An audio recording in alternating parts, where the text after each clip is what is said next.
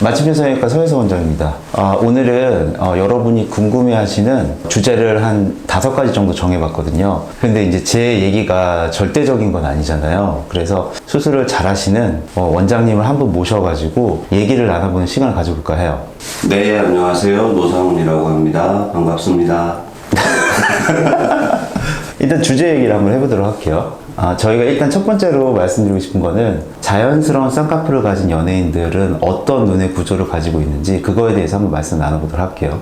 요새 좀 무쌍이 대세인 시대가 온 것 같아요. 전에는 두껍고 화려한 눈을 되게 좋아했었는데 이분 같은 경우가 이제 무쌍 연예인의 대표적인 눈이잖아요. 김고은 씨. 이분이 왜 무쌍이 어울릴까 한번 성형외과 의사 눈으로 한번 판단을 한번 내려볼게요. 물론 이거는 주관적인 의견이니까 이거는 뭐 절대적이라고 생각을 할 수 없어요. 원장님은 왜 이분 눈이 무쌍이 잘 어울린다고 생각하세요? 쌍꺼풀이 있어도 예쁜 눈이고 없어도 예쁜 눈일 것 같아요. 아주 두꺼운 쌍꺼풀만 아니면. 그 이유는 이분의 눈의 구조가 수치로 딱딱 설명할 수는 없지만 가로와 세로 비율이 적당하고 눈하고 눈썹 사이의 거리가 비율이 적당하고 그 다음에 아주 두툼하지 않고 그 점이 중요한 것 같습니다. 그러네요. 보시면은 이분이 이 가로의 눈 길이하고 세로의 눈 길이의 비율이 또 적당하고, 만약에 이분이 몽고주름이 심했다면은 가로 길이가 되게 짧아질 거기 때문에 무쌍이 어울리는 눈이 아니라 무쌍으로 인해서 답답한 눈이 될 수도 있다. 그리고 또 말씀하신 것 중에 하나가 눈썹하고 이 속눈썹 사이의 거리인데, 이 눈썹하고 속눈썹 사이의 거리가 적당하다는 얘기는 만약에 이 사이 거리가 짧았다면은 눈썹이 내려오면서 동자가 또 덮여지기 때문에 답답한, 마치 안검하수가 있는 눈처럼 보일 수 있다. 이런 것들을 말씀을 하시는 것 같아요. 두 번째는 이제 무쌍보다 아주 약간, 아주 얇은 쌍꺼풀을 보이는 속쌍 연예인인데요. 특징적으로는 이런 식의 라인이 아주 약간은 조금 더 보이는 눈매를 좀 가지고 있고 약간 돌출안에 좀 해당을 하죠. 그래서 돌출도가 있으니까 라인을 아주 얇게 잡아도 이런 식으로 속쌍의 라인이 보이는 거죠. 가장 많이 생각하는 인아웃, 그 느낌을 한번 살펴보도록 할게요. 이분은 이제 강태리 씨 사진인데 저는 상담하면서 강태리 씨 눈을 진짜 많이 본 것 같아요. 인아웃을 만들어주세요. 내지는 세미아웃을 만들어주세요. 아니면 뭐 인을 만들어주세요 했을 때 이 강태리 씨 눈의 사진을 가장 많이 들고 오는데, 이거에 대해서 이제 환자분들 되게 헷갈려 하세요. 저 세미아웃 만들고 싶어요 하고 강태리 씨 눈 사진 가져오는 경우도 있고, 저는 인 만들어주세요 아니면 인아웃 만들어주세요 하면서 이 사진을 갖고 오는 경우가 많거든요. 노 원장님께서는 이 정도의 라인은 인아웃이라고 생각하세요? 아니면 세미아웃이라고 생각하세요? 저도 사실은 인라인과 인아웃 라인을 정확하게 딱 떨어지게 만들어줄 수 없는, 수술이라는 게 그렇게 똑같이 만들 수가 없거든요. 그런 입장에서 보면 인아웃 느낌의 인이라고 저는 표현을 합니다. 이게 앞에서 쌍꺼풀이 안 튀어나와 있으니까 앞머리가 인은 인이죠. 하지만 인아웃 느낌이 나죠. 앞에가 시원한 느낌이 나니까. 그래서 인아웃 느낌의 인이라고 표현을 하고, 이 정도면 예쁜 눈이 되는 거죠. 여기서 좀 중요하게 포인트를 잡고 가야 될 게 있는데, 우리가 이제 보통 인아웃 여자 연예인들의 눈하고 많이 검색들을 하시잖아요. 그런데 거기에 나온 사진들은 정말 여러 가지가 같이 섞여 있어요. 그래서 어떤 분들은 이걸 인아웃이라고 평가하고 또 블로그에 올리시고, 또 어떤 분들은 이걸 세미아웃이라고 하고 또 블로그에 올리시고, 그러니까 검색을 하시는 분들조차도 단편적인 지식으로 헷갈리실 수가 있거든요. 그래서 우리가 짚고 넘어가야 될 거는 도대체 인아웃이 뭔가, 그것에 대해서 정확하게 정의를 한번 내려봐야 될 것 같아요.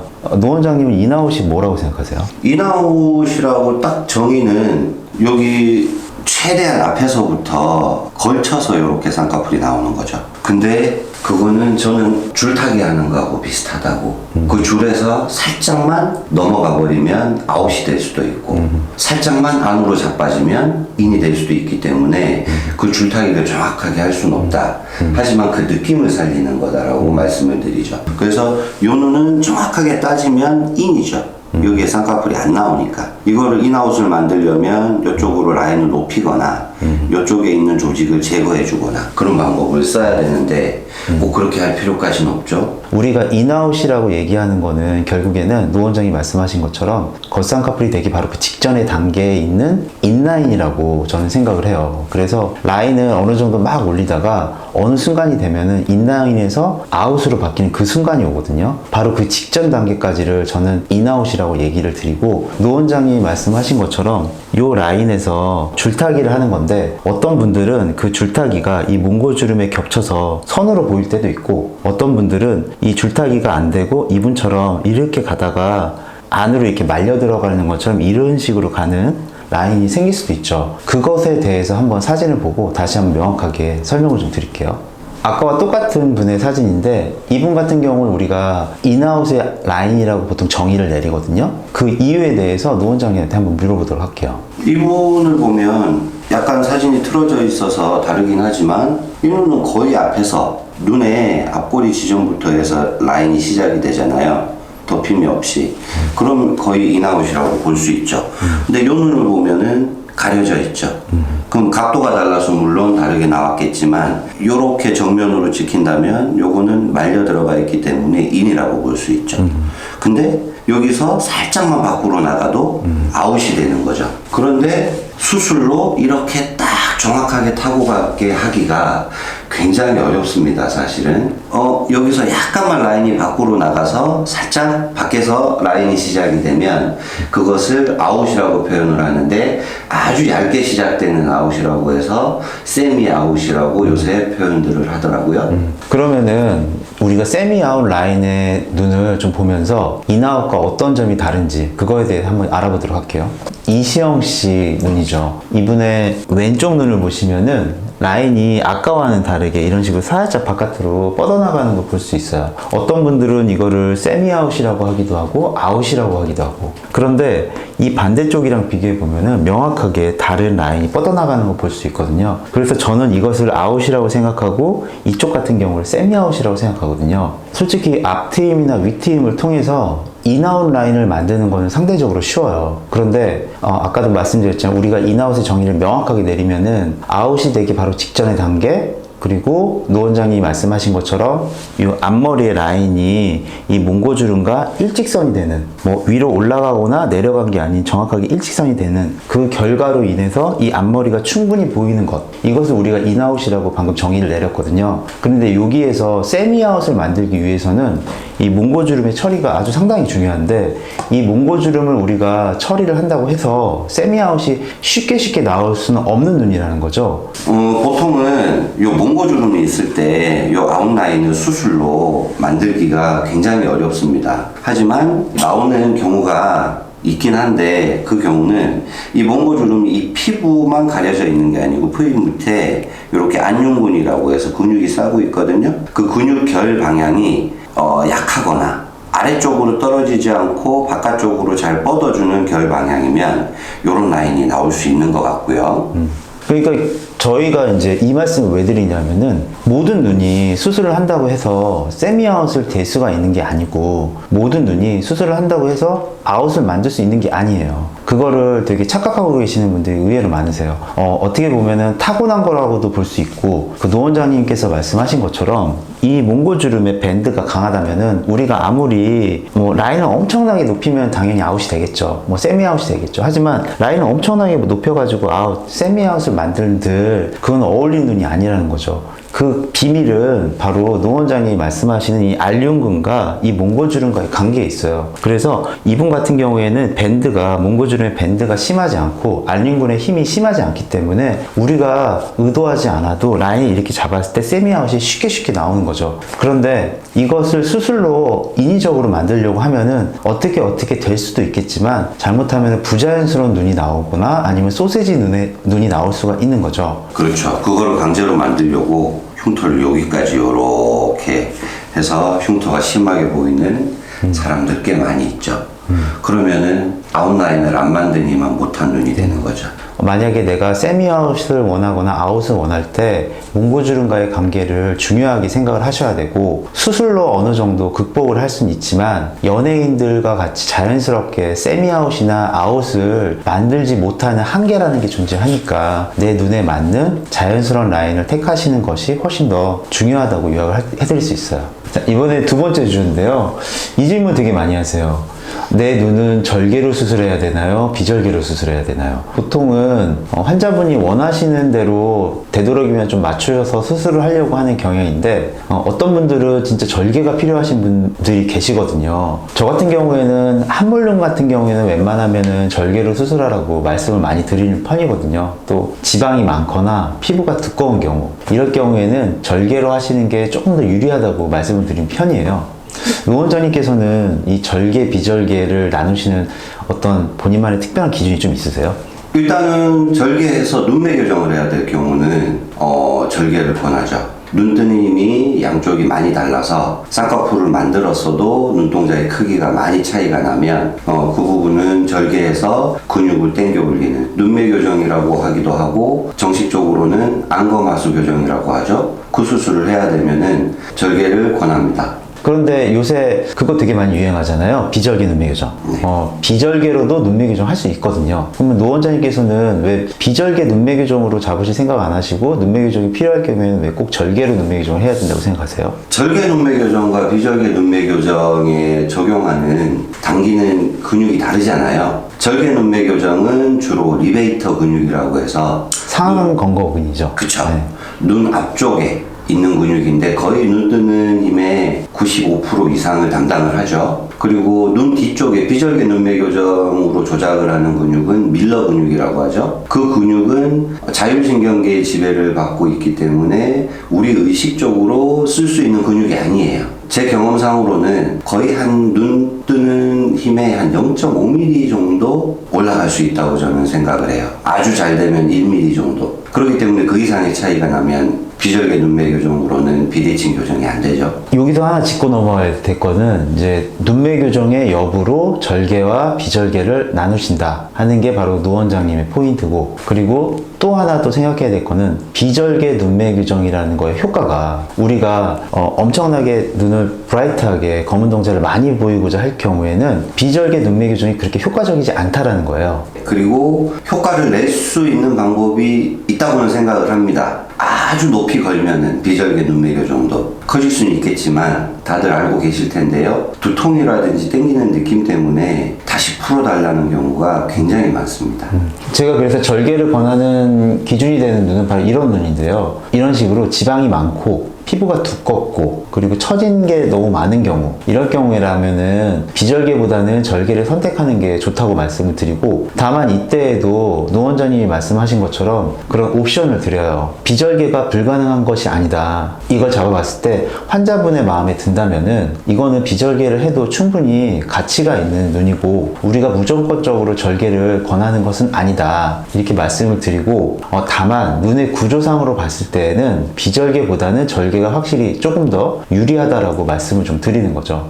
이상으로 절개, 비절개에 대해서 좀 알아봤는데요. 결국에는 제일 중요한 거는 내가 원하는 모양, 그게 제일 중요하고 그거에 맞춰가지고 우리가 선택하는 테크닉 중에 하나일 뿐이에요. 그리고 이 눈이 구조적으로 절개가 맞는 눈이긴 하지만 내가 비절개를 잡았을 때라도 그게 내 마음에 든다면은 그거는 충분히 나쁜 선택이 아니고 좋은 선택이 될 수가 있고, 각각의 장단점이 존재하니까 그거에 대해 충분히 숙지하고 수술을 받으시면은 충분히 좋은 선택이 될 수 있다고 생각을 합니다.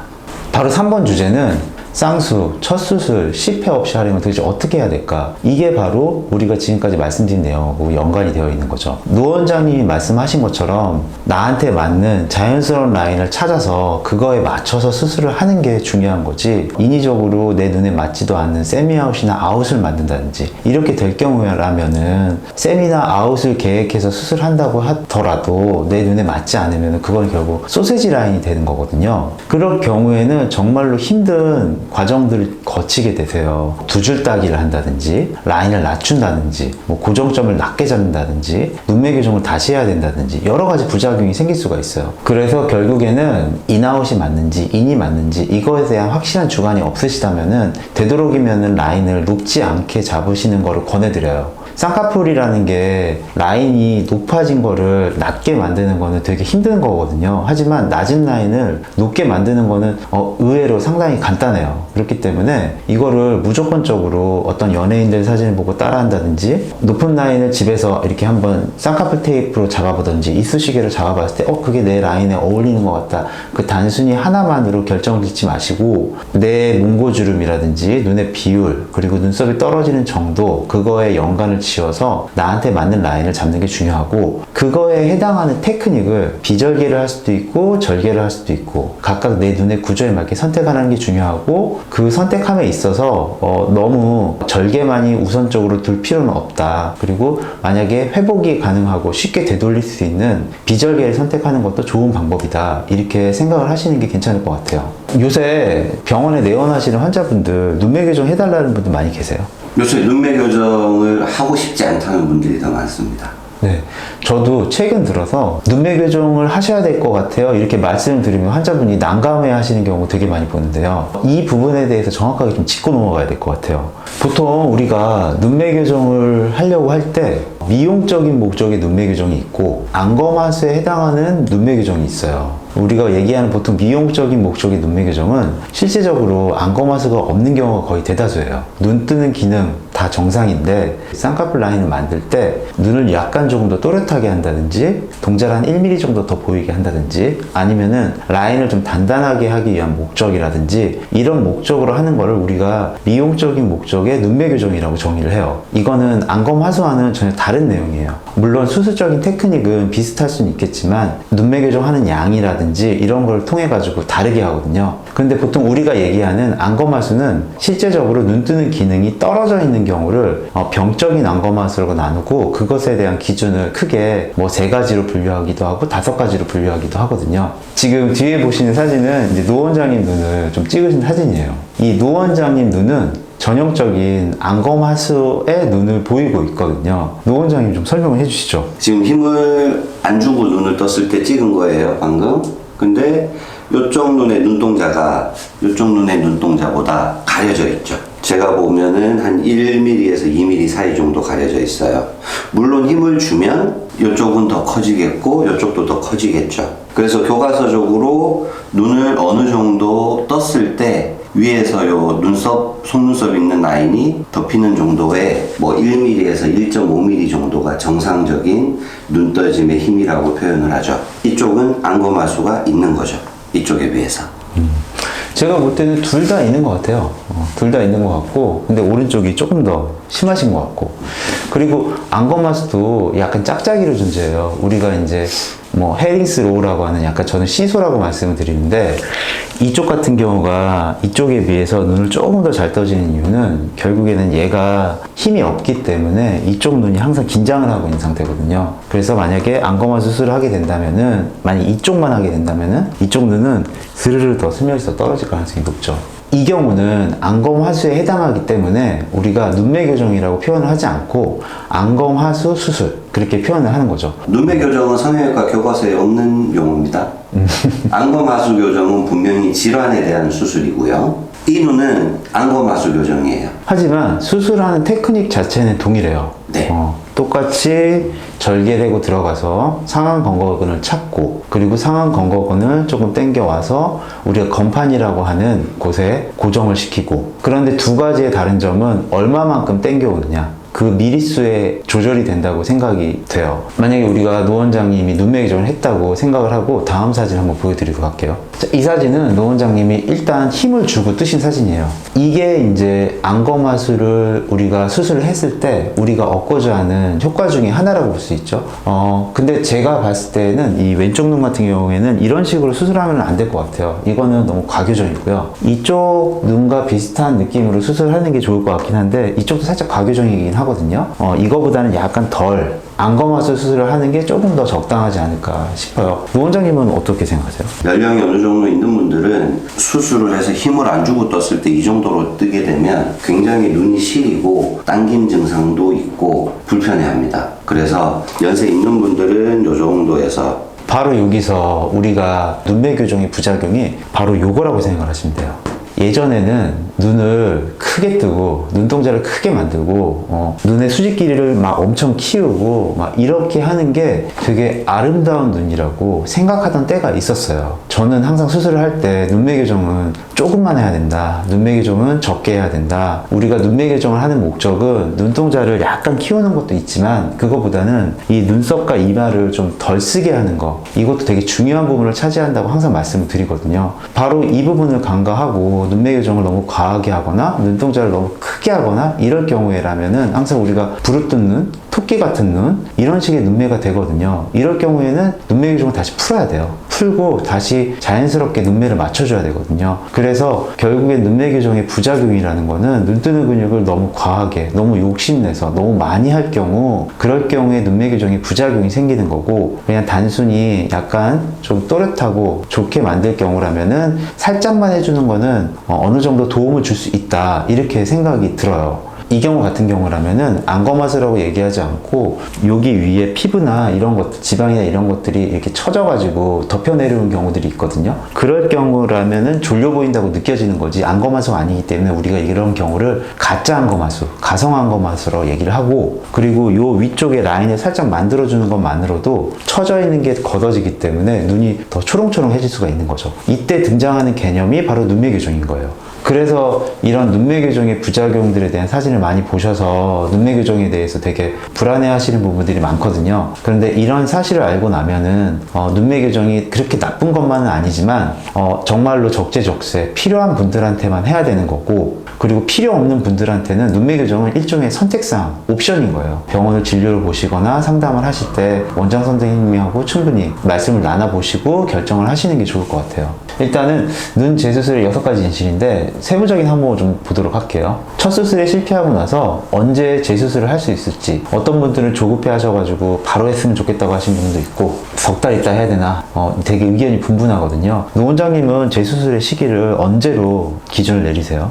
수술 이후 6개월이 지나야지 재수술을 할 수 있다고. 근데 조기에 교정하는 경우도 있어요. 상태가 괜찮을 경우에는 한 달 안에 교정하기도 합니다. 또 한 달 이내에는 조직의 유착이 많이 일어나지가 않아요. 그래서 6개월을 기다려도 계속 비대칭이 될 게 예상이 되는 경우나, 아니면은 눈매 교정의 양이 짝짝이어서 바로 그냥 초기에 교정해 줘야 될 경우라면은 한 달 이내에 교정하는 게 훨씬 더 이점이 있는 거죠. 6개월이 절대적인 기준은 될 수 없지만 6개월 때 보고, 그리고 만약에 쌍꺼풀이 너무 단단하든지 흉이 너무 심해서 손으로 이렇게 만지셨을 때 부드럽게 움직여지지 않는 경우라면은 1년까지 기다리는 경우도 있어요.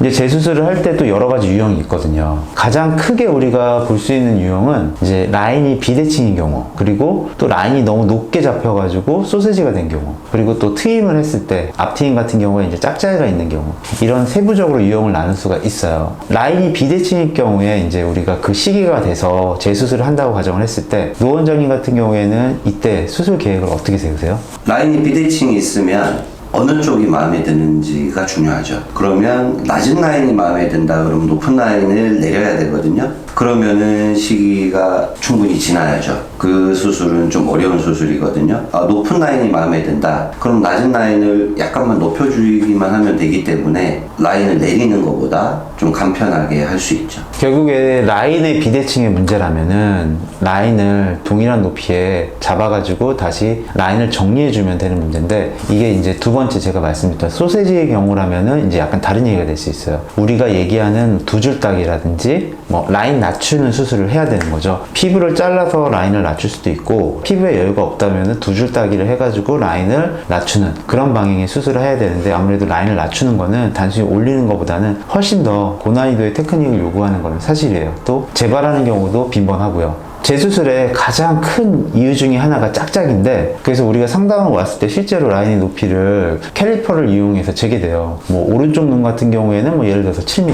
왼쪽 눈 같은 경우에는 예를 들어서 뭐 7.5mm, 이 정도라면 1mm 이내 차이는 라인에 비대칭이 있다고 우리가 보기 힘들거든요. 그래서 라인은 거의 비슷한 위치에 있다고 생각을 하게 되는데, 그럼에도 불구하고 라인이 짝짝이가 나오는 경우가 있어요. 그 노 원장님이 말씀하신 것처럼 눈의 구조적인 문제 또 중요한 영향을 미치게 되고, 눈 뜨는 힘의 차이도 또 중요한 영향을 미치게 되거든요. 눈의 구조가 달라서 쌍꺼풀의 높이를 다르게 잡아보신 적도 있으신가요? 네. 같은 사람이라도 돌출과 함무 차이가 심한 경우가 있거든요. 그럴 때는 돌출되어 있는 쪽을 약간 낮게 잡아야지 쌍꺼풀이 비슷하게 보이죠. 그 미리수는 보통 몇 미리까지 차이가 나게 잡으신 적이 있으세요? 아주 많지는 않고요. 한 1mm 정도 차이를 둔 적은 있는 것 같습니다. 저랑 비슷하게 저도 차이가 날 때 절대로 1mm 이상은 벗어나지 않거든요. 그 다음에 이제 앞트임 문제에 대해서 넘어가 볼까 하는데요. 이제 앞트임 수술하고 나서도 짝짝이인 경우가 상당히 많으세요. 앞트임을 과하게 한 경우, 이게 항상 문제가 되는 것 같아요. 앞트임을 과하게 하는 그런 이유는 결론적으로 따지고 보면은 내 눈의 가로 길이가 짧기 때문에, 그리고 눈과 눈 사이의 거리가 멀기 때문에 이것을 앞트임을 통해서 무조건적으로 해결하려고 하는 그런 생각 때문에 앞트임을 되게 과하게 하거든요. 그렇게 하게 되면은 항상 문제가 발생을 하게 돼요. 그래서 앞트임도 가로 길이를 키우게 하려는 목적이 아니라 라인과 연관 지어가지고 라인에서 부드럽게 빠져나가느냐, 이거에 포인트를 주고 수술을 하셔야 될 것 같아요. 누오를 많이 노출시키는 것 자체는 우리 인상을 싸납게 할 뿐만 아니라 또 앞트임을 많이 해가지고 눈과 눈 사이의 거리를 가깝게 만든다고 해도 그거는 인위적이고 매섭고 싸나운 눈이 되는 거죠. 노 원장님은 재수술 환자 보시는 것 중에서 몇 번까지 재수술을 하신 환자도 보신 적 있으세요? 저는 7번을 수술을 하시고 저희 병원에서 8번째 재수술을 한 경우도 있었습니다. 보통 근데 7번 재수술 하게 되면은 뭐 절개로 하신 건가요? 그쵸. 비절개는 저는 웬만하면 재수술해서 횟수에서 네. 빼죠. 절개만큼 7번을 하셨다는 건데, 네. 피부 조직이랑 뭐 이런 유착이 되게 심하지 않던가요? 심하죠. 어떤 분은 피부 양이 모자라서 피부 이식까지 하신 분도 봤습니다. 그래서 가장 또 궁금해 하시는 것 중에 하나가 과연 재수술은 몇 번까지 할 수 있느냐, 뭐 2번 가능해요? 3번 가능해요? 5번까지 가능해요? 이렇게 말씀을 하시는 분들이 계시거든요. 몇 번까지 재수술을 하는 게 그나마 합리적이라고 생각하십니까? 재수술의 횟수는 크게 상관이 없는 것 같아요. 하지만 길게 봤을 때는 최소한으로 하는 게 좋죠. 이제 뭐 약간씩의 교정은 완전 절개를 하지 않고 부분 절개나 비절개로 교정해 드리는 경우도 있죠. 결국에는 이거를 정확하게 횟수를 우리가 뭐 몇 번까지 가능하다 이렇게 얘기를 할 수는 없지만, 재수술을 만약에 결심을 하신다면은 앞에 2번에서 얘기했던 그 뚜렷한 차이점이 있어서 재수술을 통해서 우리가 명확하게 이득을 얻을 수 있다면은 재수술을 결심을 하지만, 아주 사소한 이유라면은 완전 절개나 이런 크게 수술을 하지 않고 조금 해서 재수술을 하시는 게 옳은 거고, 그 재수술을 통해서 다 성공하는 건 아니기 때문에 그 내가 수술을 해서 얻을 수 있는 이득이 명확하다면은 수술을 결심을 하시고, 그게 아니라면은 완전 절개를 이렇게 여러 번 많이 하는 게 좋은 게 아니기 때문에 그거는 조금 자제하시는 게 조금 더 좋다고 생각이 드네요. 그래서 이제 그 다음 질문으로 넘어가는데, 이럴 경우에는 우리가 비절개나 부분절개를 수술할 수 있거든요. 노 원장님은 절개 수술 후 비절개로 재수술 가능하다고 생각하시나요? 경우에 따라서는 충분히 가능합니다. 저도 동의하는데, 절개 수술을 했다고 해서 무조건적으로 다시 절개를 해야 된다는 법은 없어요. 명확하게 차이가 나는 그런 게 아니라면은, 아주 살짝 교정하는 거라면은 차라리 비절개를 수술하는 게 조직에 손상을 덜 주고 또 내가 원하는 부분에 도움을 줄 수가 있거든요. 그래서 절개 수술 후 다시 비절개를 재수술하는 건 무조건적으로 불가능하다 이렇게 생각하실 필요는 없을 것 같아요. 그럼 노 원장님은 재수술 환자가 오실 때 한쪽 눈만 수술을 해도 된다 이렇게 말씀하신 적도 있나요?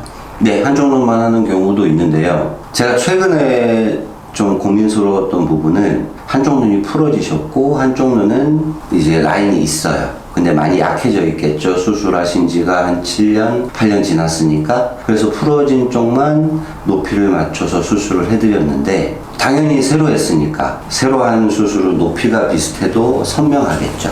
그리고 7년이 지난 눈은 굉장히 흐려져 있어서 자연스럽겠죠. 저도 한쪽만 수술하는 경우 많은데, 저도 그런 비슷한 컴플레인을 좀 많이 들어요. 수술하고 나서 그냥 다시 또 비대칭이 된 것 같다.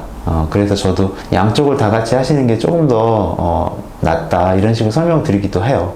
근데 그거는 이제 양쪽이 다르다라는 걸 이해하시는 분이 있다면은 한쪽만으로도 충분히 가능하다 이렇게 말씀드리고 싶어요. 마지막으로 재수술 병원을 선택하는 기준 같은 게 좀 있을 것 같은데 이건 너무 추상적인 얘기긴 하지만 이런 병원이 조금 더 재수술 하시기에 조금 더 적합하다 이렇게 느끼시는 그냥 점들 그런 게 좀 있나요?